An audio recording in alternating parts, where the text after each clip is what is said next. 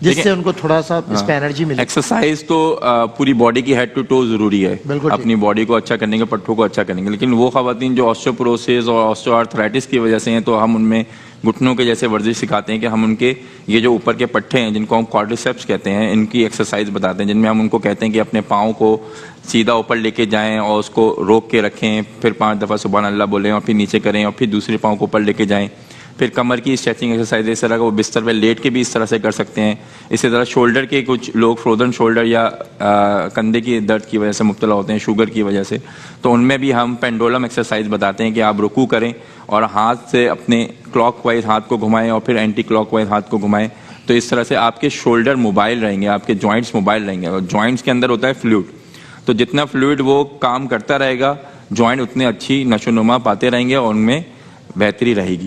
یعنی آپ کا کہنا یہ ہے کہ بینگ اے کراچی ٹیز ہمیں جو ہے کچھ موومنٹ کی ضرورت ہے, جو ہم بڑے لاغر سے ہیں, پڑ گئے, ہلتے جلتے نہیں ہیں, اور ہمارے آرگنز جو ہے نا وہ پھر اسٹریچ ہونے لگتے ہیں, کہیں اسٹریس آنے لگتا ہے کچھ. اسی طرح کہ آپ اگر 0 میٹر گاڑی بھی لیں اور اپنے گھر کے پاس کھڑی کر دیں اور اس کو استعمال نہ کریں تو اس کے بیئرنگ بھی جام ہو جائیں گے. بالکل ایسا ہی, آپ صحیح کہہ رہے ہیں, اور جام تقریباً ہو گئے ہیں بیئرنگز نا. اس کی وجہ یہ ہے کہ وہ ایکسرسائز تو ہے نہیں اور واک بھی نہیں کرنی.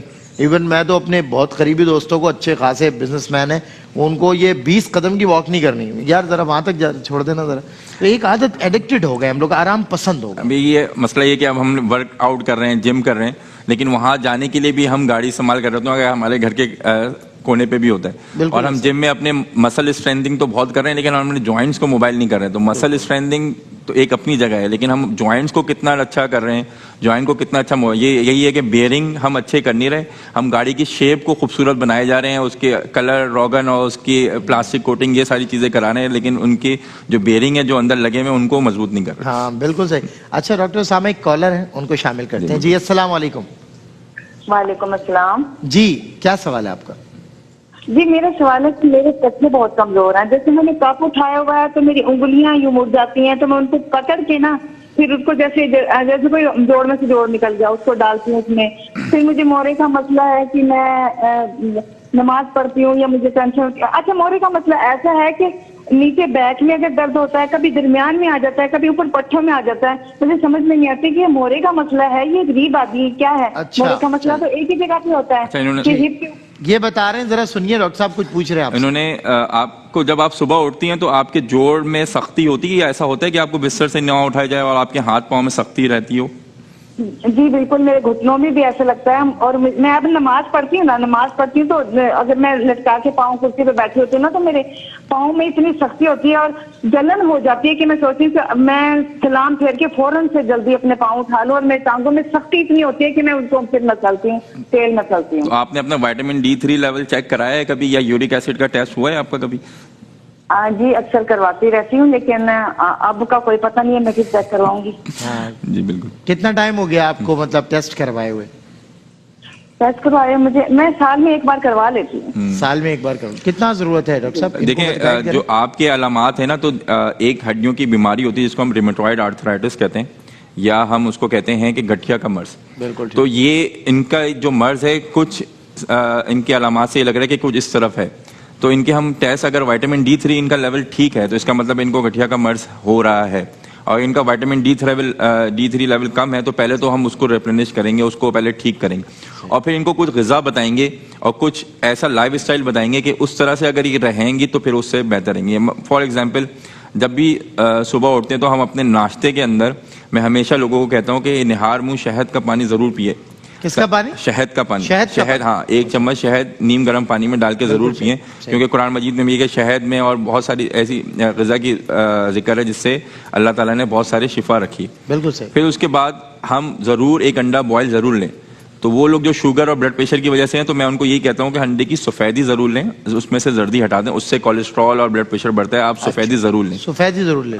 اپنا پھل کا استعمال ضرور رکھیں, دن میں 1 پھل, سیب, انار, کینو, جو بھی موسمی پھل چل رہا ہے اس کو ضرور لیں دن میں 12 سے 2 بجے کے درمیان, اور دن میں کھانا ہلکا پھلکا کھائیں, اور رات میں جو کھانا کھائیں وہ آپ جو بھی آپ کے گھر میں بنتا ہے, سبزی بنتی ہے, گوشت بنتا ہے, چکن بنتی ہے, فش بنتی ہے, اس کو آپ لے کے کھائیں, رچ کے کھا لیں, جو ایک مطلب ہاں جتنا بھی آپ 75% کھا لیں جی, اور 1 کپ دودھ ضرور سوتے وقت پئیں. اچھا. تو اس طرح سے آپ صبح سے لے کے رات تک آپ کا آئرن, کیلشیم, پروٹین اور وائٹامن D3 لیول یہ بالکل ایک سائیکل میں رہے گا. یہ لائف اسٹائل اگر آپ اپنی ڈائٹ میں رکھتے ہیں, ٹھیک ہے, اور آپ اپنی ایکسرسائز جو ہم نے بات کی اس کو رکھتے ہیں, اپنی واک رکھتے ہیں, اور آپ میں جو چیز ڈیفیشنسی ہے اس پہ, جیسے کہ ابھی اگلے سوال میں ہم بات بھی کریں گے, وہ ڈیفیشنسی ہے تو اس کو پورا کریں وتھ سپلیمنٹس, تو آپ بہتر ہو سکتے ہیں. آلرائٹ, ایک کالر ہے, ان کو شامل کرتے ہیں. جی السلام علیکم.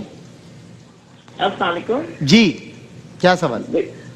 السلام علیکم. بیٹا مجھے ڈاکٹر صاحب سے یہ پوچھنا ہے کہ میرے ہاتھوں میں نا, میرے جوائنٹ میں اتنی تکلیف ہوتی ہے کہ حد نہیں. ویسے تو مجھے ہے ہی گھٹنوں کا تو میرے کو پرابلم ہے ہی بیٹا, لیکن مجھے سارا مسئلہ میرے ہاتھ میں نا الٹے ہاتھ میں بہت زیادہ پین ہو رہا ہے 2-3 دن سے.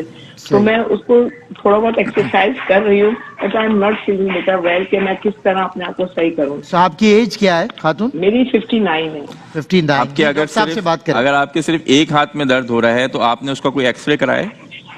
نہیں, میں نے ابھی نہیں کرایا کیونکہ مجھے ایکسرسائز ہے نا, لیکن یہ میرے جو ہاتھ میں درد ہو رہا ہے یہ اس کی جوائنٹ کی وجہ سے ہو رہا ہے یا جی کچھ سمجھ نہیں آ رہا. اگر صرف آپ کے ایک ہاتھ میں درد ہو رہا ہے تو ضرور اس کا مسئلہ پھر جوائنٹ کی اس کا ایکس رے کرنا بہت امپورٹنٹ ہوگا, کیونکہ وہ نیوٹریشنل ڈیفیشنسی کی وجہ سے ایک ہاتھ میں درد نہیں ہوگا, دونوں ہاتھ میں ہوگا, دونوں جوڑوں میں ہوگا, دونوں پٹھوں میں ہوگا. اگر آپ کے صرف دوسرے میں بھی ہوتا ہے لیکن اس میں زیادہ ہو رہا ہے, تو آپ اپنا ضرور ایک ایکس رے ضرور کرائیں, اور ایک آرتھوپیڈک سرجن سے ضرور وہ ایکس رے دکھا کے اپنا علاج کروائیں. بالکل ٹھیک ہے. ایک اور کالر ہمارے ساتھ ہے. السلام علیکم. غالباً لائن ڈراپ ہو گئی. اچھا, دوسرا, آپ جتنے لوگ ہمیں دیکھ رہے ہیں, اگر آپ ایسے قابل ترین ڈاکٹرز کی ایک ٹیم کے ساتھ ایفیلیٹ ہونا چاہتے ہیں, جڑنا چاہتے ہیں, جو آپ کا خیال رکھیں, پریونٹیو کیئر ایک پروگرام ہے صحت مند پاکستان, اس کے لیے آپ ہمیں رجسٹر کریں. واٹس ایپ نمبرز آپ کو نظر آ رہے ہیں 0333166981. اس کے ذریعے بھی آپ تمام تر معلومات حاصل کر سکتے ہیں. www.arybglobal.com کے ذریعے آپ رجسٹر کر سکتے ہیں صحت مند پاکستان کے پروگرام میں. زیادہ سے زیادہ رجسٹر کروائیں. یہ ایک انتہائی افورڈیبل اور ایکسیسیبل صحت پروگرام ہے, پریونٹیو کیئر پروگرام ہے. ہم پہلے سے آپ کا خیال رکھیں گے, آنے والی بیماریوں سے آپ کو بچائیں گے بھی اور مطلع بھی کریں گے کہ آپ نے ان بیماریوں سے بچنا ہے, فی الحال آپ نے یہ کرنا ہے, فی الحال آپ نے وہ کرنا ہے. ایوری آفٹر 3 months آپ کے ٹیسٹ ہوں گے انشاءاللہ, اس میں چیک کیا جائے گا آپ میں کس چیز کی کمی ہے, کیا ویکنیسز ہیں, کیا پازیٹیو چینج آ رہا ہے, کیا نیگیٹیوٹی کی ریٹ ہو رہی ہے. ہم انشاءاللہ اس کے بارے میں آپ کو متنبع کریں گے اور آپ کو بتائیں گے کہ آپ ڈاکٹرز کی بہت بڑی ٹیم ہے, ہر ڈپارٹمنٹ کا ڈاکٹر ہمارے ساتھ ہے, گلوبل پارٹنرز ہیں, ایسے قابل ڈاکٹرز ہمارا حصہ ہیں. تو میری گزارش ہے کہ آپ صحت مند پاکستان میں رجسٹر کروائیں اور اس کا حصہ بن جائیں. نہ کوئی اپوائنٹمنٹ, نہ کوئی لائن کی جھنجھٹ اور نہ کوئی ڈیفیکلٹیز. فرسٹ آف آل آپ کا چیک اپ ہو جائے.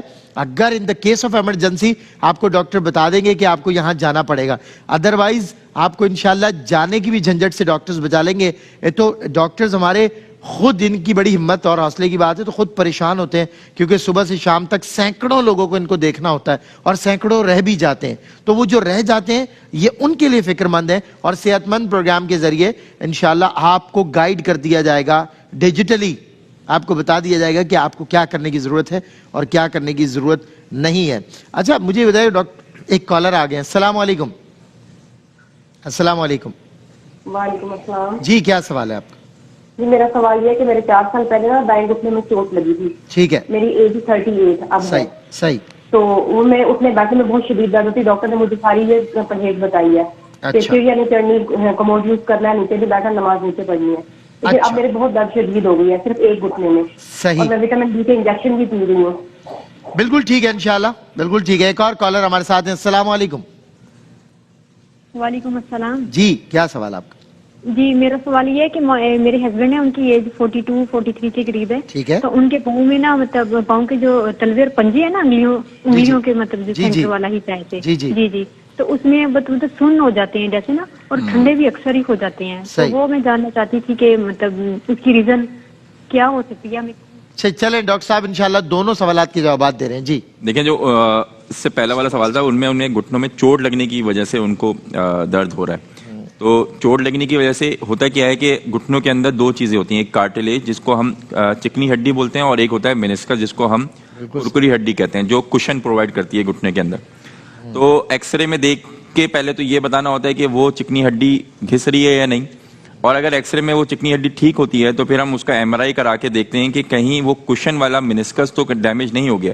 اگر تو وہ کشن والا منسکس ڈیمیج ہو گیا ہے تو اس کا گریڈز ہوتے ہیں 1 2 3, تو اکارڈنگ ٹو گریڈ اس کی ٹریٹمنٹ ہوتی ہے. 1 2 گریڈ میں ہم اس کی فزیوتھراپی دوائیوں سے, P R P injection stem cell سے ٹھیک کر لیتے ہیں, اور گریڈ 2 سے اوپر کی جو انجری ہوتی ہے اور اس کو پھر سرجیکلی طور پر جا کے اس کو ریپیئر کرنا ہوتا ہے. تو میرا مشورہ آپ کو یہ ہے کہ آپ ایکس رے کرائیں, اور پھر اس کے بعد ایکس رے اگر آپ کو ٹھیک ہے تو ایم آر آئی کرائیں, اور یہ جو آپ کی انجری ہے اس کو پہلے ڈائگنوز کریں, پھر وہ ڈائگنوز کے حساب سے پھر اس کی ٹریٹمنٹ ہوگی. بالکل ٹھیک, بالکل ٹھیک. دوسرے سوال کا جواب. اور دوسرا سوال ریپیٹ کریے گا, کیا تھا؟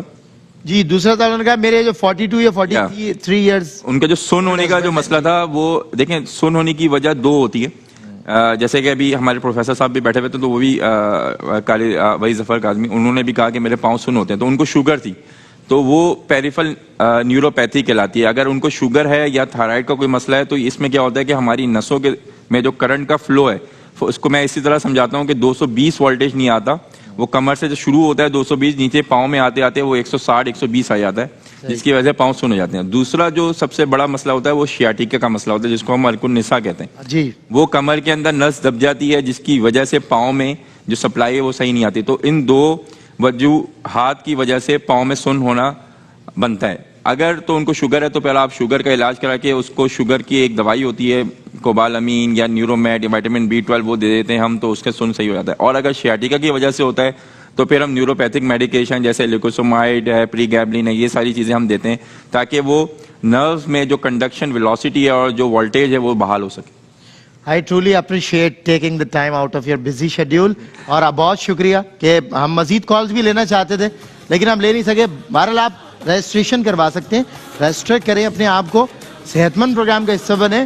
ہم آپ کو انشاءاللہ صحت مند رکھیں گے, تر و تازہ رکھیں گے. پاکستان بنے گا صحت مند ARYB گلوبل کے اس انیشیٹو کے ساتھ انشاءاللہ. اور ہم اپنے پارٹنرز کا بہت بہت شکریہ ادا کرنا چاہتے ہیں, جس میں ایڈوانسڈ لیب ہے اور ماڈرن کلینکس ہیں, ڈینٹل پارٹنر ہے, ہیلتھ پارٹنر ایڈوانس لیب ہے, اور تکافل انشورنس پارٹنر یونائٹڈ انشورنس کا بہت بہت شکریہ. اگر آپ بھی میڈیکل سیکٹر سے وابستہ ہیں جیسے ڈاکٹرز, لیبز اور یا ہاسپٹلز, تو آپ بھی اسکرین پر موجود ARYB گلوبل کی ویب سائٹ پر رجسٹر کریں اور ARYB گلوبل صحت مند پاکستان کے گلوبل پارٹنر بن جائیں. اس حصے میں, اس قافلے میں شامل ہو جائیں.